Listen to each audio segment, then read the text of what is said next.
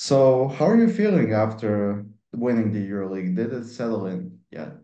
I feel good. I think still feels a little surreal and haven't really had time to take it all in because immediately after, you're jumping into domestic league, the Turkish league. But just one day we was able to really enjoy it and The parade after was crazy. A lot of people waited for you in Istanbul. Did you expect something like that? man, I wasn't sure how it was gonna be. I seen some videos from the past, and I saw the people, the amount of people in the streets, the energy.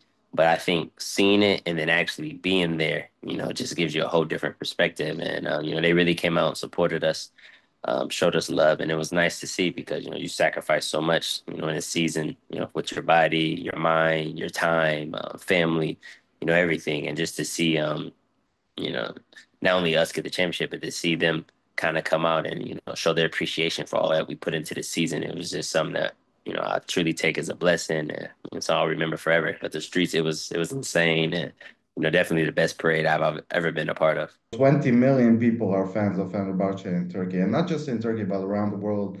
So, do you feel that kind of a pressure when you play for such a big club and that amount of people is always writing messages on Twitter, Instagram, Facebook, and whatnot? So, do you feel that pressure when they say, "Oh, go and win the EuroLeague for us" or something like that? I never really felt pressure just because I've been playing so long. I've seen so many different situations, and then also I always feel prepared. Whether that's video, knowing your opponent, understanding the scouting report or what the coach's game plan is, or whether that's being on the court, getting up your shots, working on your spots, putting yourself in game situations, so that you're ready for it. Like I always feel prepared, so I never really worry. Sometimes you get excited, you get anxious, you want to go win no matter what. If the fans never said anything, you still feel this same desire to win and desire to fight. But knowing that they're supporting you, when things aren't going right or when, maybe things look challenging, it gives you extra boosts of morale and extra energy because you're not doing this just for yourself, or just for your team. You're doing it also for a large fan base. So, for me, I try to reverse it and use it as something positive. But, I can understand how it could be overwhelming for some younger players or players who haven't been in that situation because, wearing the Fenerbahce jersey is a big responsibility. It comes with high expectations. But as a player, if you have those for yourself, it should not bother you. So that goes right into my next question. The semifinal game against Panathinaikos, you were the calmest man in the room, basically. You put up 13 points, very important points in the dying moments of the game. So does that level-headedness from you as a veteran go by to the players that are younger, maybe? I think so. I think when people see you cool, calm, and collected, in any sport, the work world, anything. I consider it like the flight attendants and the pilot. If I'm on a plane and I see the flight attendants are calm, I see they're relaxed, even if there's turbulence, even if the plane is moving, a little uncomfortably, if I see that there's no change in their expression, I'm still relaxed, I'm calm. But if I see the flight attendants start to worry or get stressed, then I get a little worried. I like to carry myself like that. If you're a veteran player, you've been in many situations, you've been in championship games, you've seen certain things. If I look calm and relaxed, I think that can kind of bring a calming effect on other players as well. If I'm looking stressed or panicked, it could be a detrimental to the team. Or I think this team has so many different you know leaders, so many different good players. Like every night, it could be somebody else. But consistently, I always have to remain calm, experienced, make good choices and good decisions. So, for me, that's something I definitely think about. And then it happens naturally because I'm just a very calm and optimistic person. Oh, as the elder statesman, let's say it like that. I'm not to offend you in any way, but as the one that is the mo has the most experience, has been through a lot. So, do you sometimes raise your voice in the locker room and say, "You guys, we need to do this and we need to do that"? I've done it more so in the past. I think this team is pretty mature. They haven't needed me to do it too much. Every now and then, maybe it's a conversation you have, with the guy or, with two, or you say what you need to say, but you don't have to yell it or scream it. I think you get more respect when you lead by example, and when you say less, and then when you do speak up when it is time to say something or point out something that you notice, I think people are more attentive and listen. Or I try to choose my opportunities wisely. And for the most part, we won the championship. It's not too much to say. And SARS and the coaching staff does a good job of making sure everyone is in tune and in sync, and following out the game plan. So I don't have to say too much, but every now and then, they know I don't have you know 10, 15 years more to play. So, I want to win now. So after that game, there was a beautiful moment when you and your brother gave an interview to the Euroleague. So how did he see all that, the fans, the craziness at the stands, and of course your great performances throughout the year? He loves it. Anytime we get to watch each other is something special, just because our seasons always collide. So I'm not able to get to America much unless my team loses early and his team goes on a long run. He's not able to get to Europe unless his team loses early and my team goes on a run. So, but we've always been there mentally, and emotionally, watching on TV, phone calls, time like that. But I think he just really appreciates the European atmosphere, the crowd, the emotion, the passion, and then to see the Fenerbahce fan base. It was something that he really enjoyed as well. You see him in some of the videos. He wanted to sit in the crowd with the fans, and then he wanted to get in the middle of the mosh pit at the hotel when the fans are jumping on. And it's like, I don't know, probably a couple hundred fans on the sideline, and he's in there jumping and screaming right with them. So like that's just something that he misses that they don't have in an NBA game. That desire, that passion. It's more of a show in the NBA. It's entertainment. But in Europe, it's you're like born into a team. It's like family. So when you see that passion, that desire, like when winning and losing, it really hits home for the fans. And I think he really appreciates that, and the passion and energy that we play with as players, because we know we're not just playing for entertainment purposes. Even if it's a regular season game, like we're going out there, we're representing obviously our family name, but that Fenerbahce logo or whatever team you play for in the EuroLeague. Man, it's just amazing experience to see everything come full circle. When you know the journey, you know the path. We've been working out together, um, preparing for these moments since we were children. Obviously you don't know what it looks like, but you realize that you just want to play basketball, and it's fun. And then it becomes a passion to maybe you want to do something with it. Like I want to be good in high school. I want to be good in middle school. And then you start to get older and you're like, I want to get a college scholarship.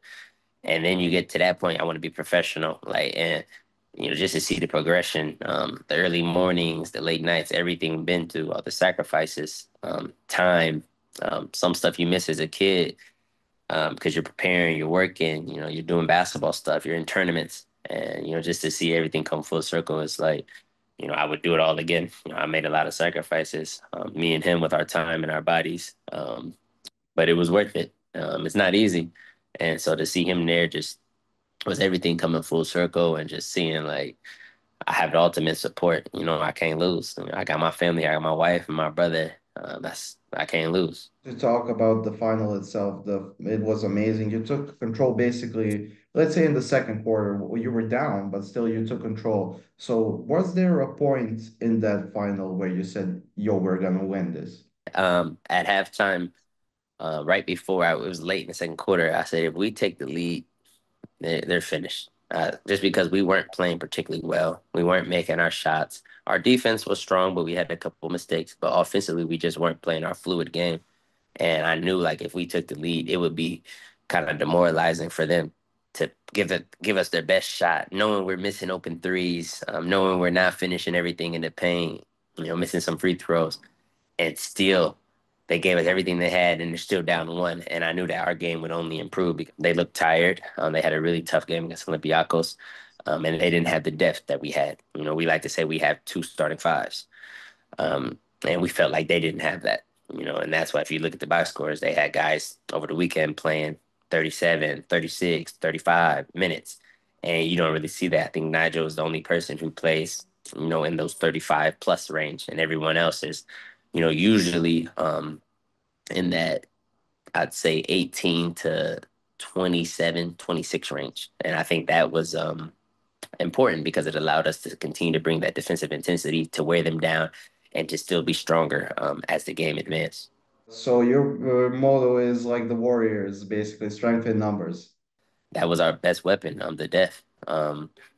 somebody could have an off game, someone could not play well, but there's always someone willing to step up. And usually it was two or three guys. If you see it was three different players in the semifinal compared to the final, and that just speaks to our depth in our team, guys staying ready. So Marko Gudurić especially played an exceptional game in the final. So what is your relationship with him, and how did you see his performance throughout the season? Oh, he's just a great guy, man. He's a guy that loves those moments. I know he didn't play his best game in the semifinal, but I knew in the final uh he was going to have a different game.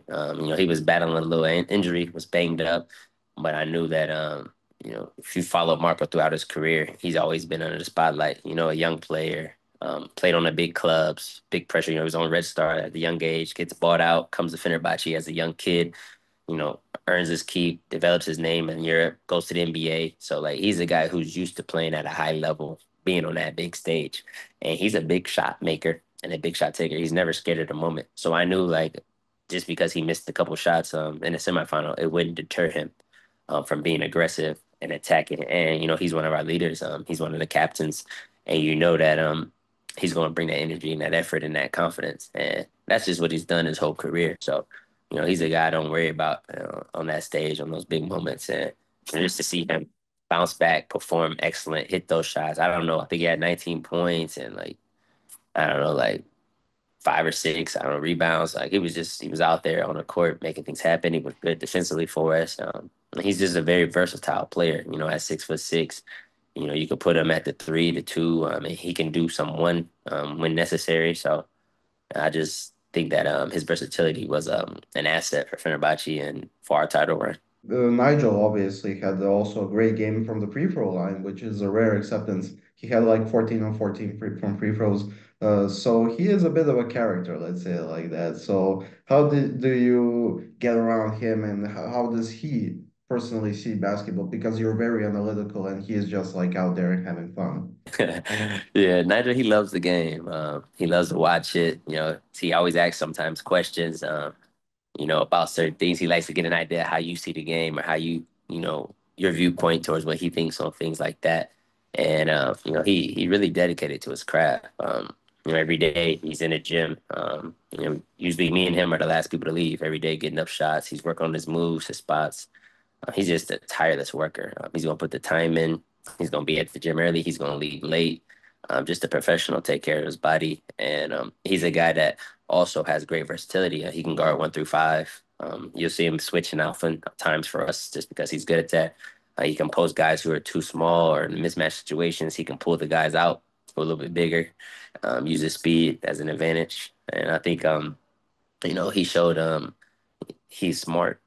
Monaco fouled him, put him on the line 14 times. A lot of that was him, attacking the mismatches, putting them in situations where they had to foul or, where they were at a disadvantage. And I think there's a reason he's first team all year lead, and he showed it throughout the year. And it was nice to see him have that game in the finals, and kind of you know easing the load for us. And anytime your leading scorer comes out and he's making shots or he's making things happen, it kind of like this is refreshing for the team and makes things easier, and it also opens up things for other guys because he Yeah.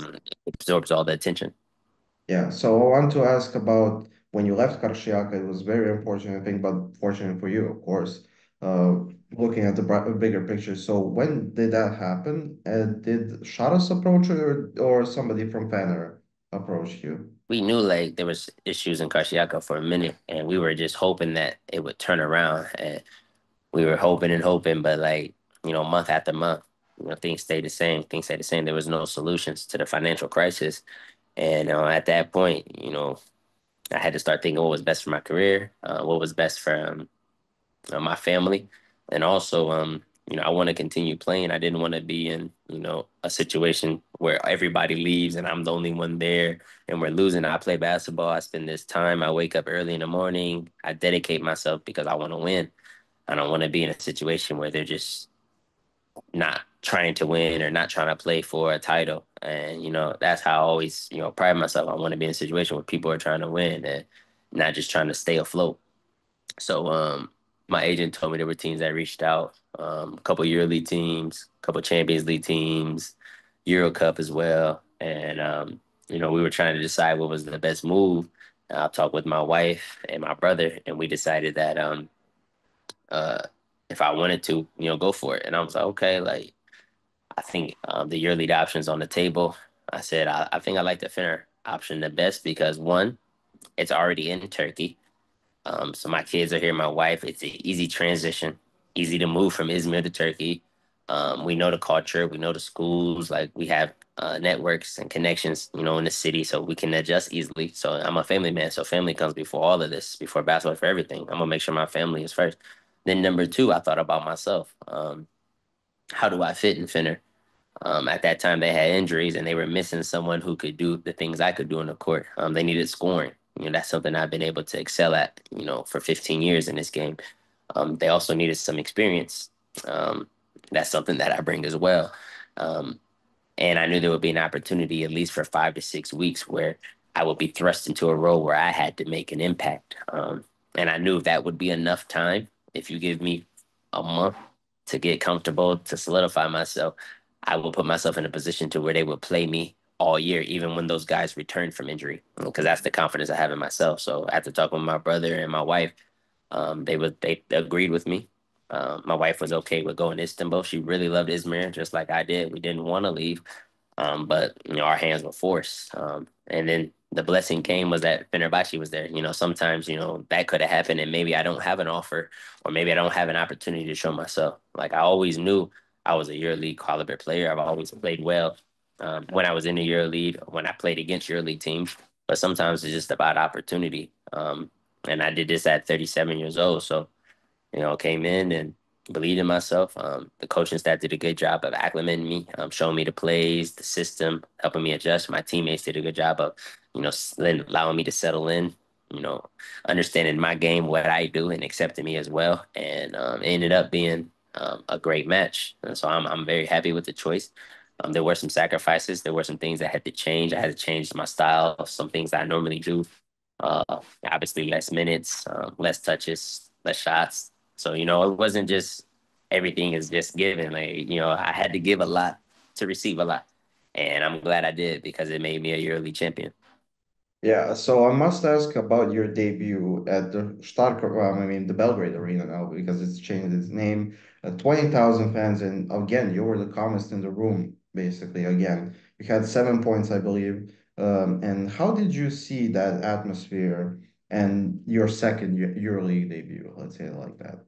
Oh, the atmosphere was excellent. To me, Serbia always has some of the best crowds, whether it's Red Star, Partizan, like those fans, they're going to come out, they're going to support, they're going to be loud, they're going to make it a hostile environment. And for me, I was really just trying to learn the plays because I had maybe one practice, and I'm over there like one practice, a couple of days, and I'm trying to study all the plays that I need to know. Saris is extremely detail oriented. So where I'm supposed to be on defense, the coverages, the reads, the rotations, where it help because every coach is different. What you're giving up, what you're not giving up, what they push, what they don't, what's the point of emphasis. And so I'm switching teams and I'm trying to learn a whole new system in 2, 3 days, playing in front of 20,000 people at Red Star. And so, like, for me, I didn't even have time to think about like the crowd or the environment or atmosphere. I was just focused on where I'm supposed to be. What is my job? What am I supposed to do? And, I could understand how it could be overwhelming, especially for a young player. I think that's why they went in my direction as well, because they knew I could handle a lot on my plate. Not many young players can come into a team that's already established, that has this type of pressure, this type of fan base, and then that puts that expectation on the player. Then you have to adapt to Europe. If you're not familiar with Europe, then you have to be able to deal with a demanding coach like Sardis, who's going to push you, who's going to test your boundaries, your limits, and then you have to be smart because you need to pick this up, in 2 to 3 days. So for me, I mean, the crowd was excellent, but I was more worried about getting the offense and defense right and trying to make sure Suarez isn't going crazy on me on the sideline. I can see that and understand that. So I want to ask about Chavez. Does he yell at Oh you man. sometimes? Does he yell? When he says something nice in a quiet turn, I'm actually surprised. Like, A it's like, are you? backhanded It's compliment. like, are you okay? Like, when I hear a compliment, I'm usually waiting for the but. It's like, oh yeah, you did good on this, and I'm waiting. I'm like, okay, when's it coming? When's it coming? Oh, there it is. Like, but you didn't do this, this, and this. So like, with SARS, I think is what makes him a good coach, but also what makes him very stressed. He constantly chases perfection. Um, he's not easily satisfied or content. So, he has his way, he has his things, and he wants you to follow through. And then even when you do a great job of it and you do it, he'll let you know, but then he gets worried if guys get comfortable, if you get relaxed. So like he's constantly chasing something, and that's what makes him a special coach. But it's also it's tough because sometimes you wonder, is he ever happy? But I seen him happy after the Euro lead, so that was nice. I didn't know if it was possible, but he was able to achieve happiness. Yeah, the nirvana of it. Yeah. So I Yes. want, this is my last question. I will not bother you anymore. So you're very analytical. Your vocabulary is fantastic for a player, and you have that the reads that is necessary for a coach. But I want to ask because CJ is a very avid journalism fan, let's say it like that. So did you think about a career after basketball and go into analytics and maybe be a TV presenter or something like that, or a journalist maybe? Oh, thank you. And yeah, I in the summertime, so there's a tournament in the US called the TBT. So I've done some work for ESPN, for Fox Sports, and I did those games as an analyst, as a color commentator. I'm just getting my feet wet, seeing what I like. I've done it for the last 4 or 5 years, and I used to be in the tournament as a player. Won it 4 straight times. We never lost. I think we were like 25-0. My team overseas the league, and then I decided to start to prepare for after basketball. Obviously, I still love the game. I want to play, so I still play overseas and everything. But I wanted to see what was next, and I still feel like I have a lot to give to the game.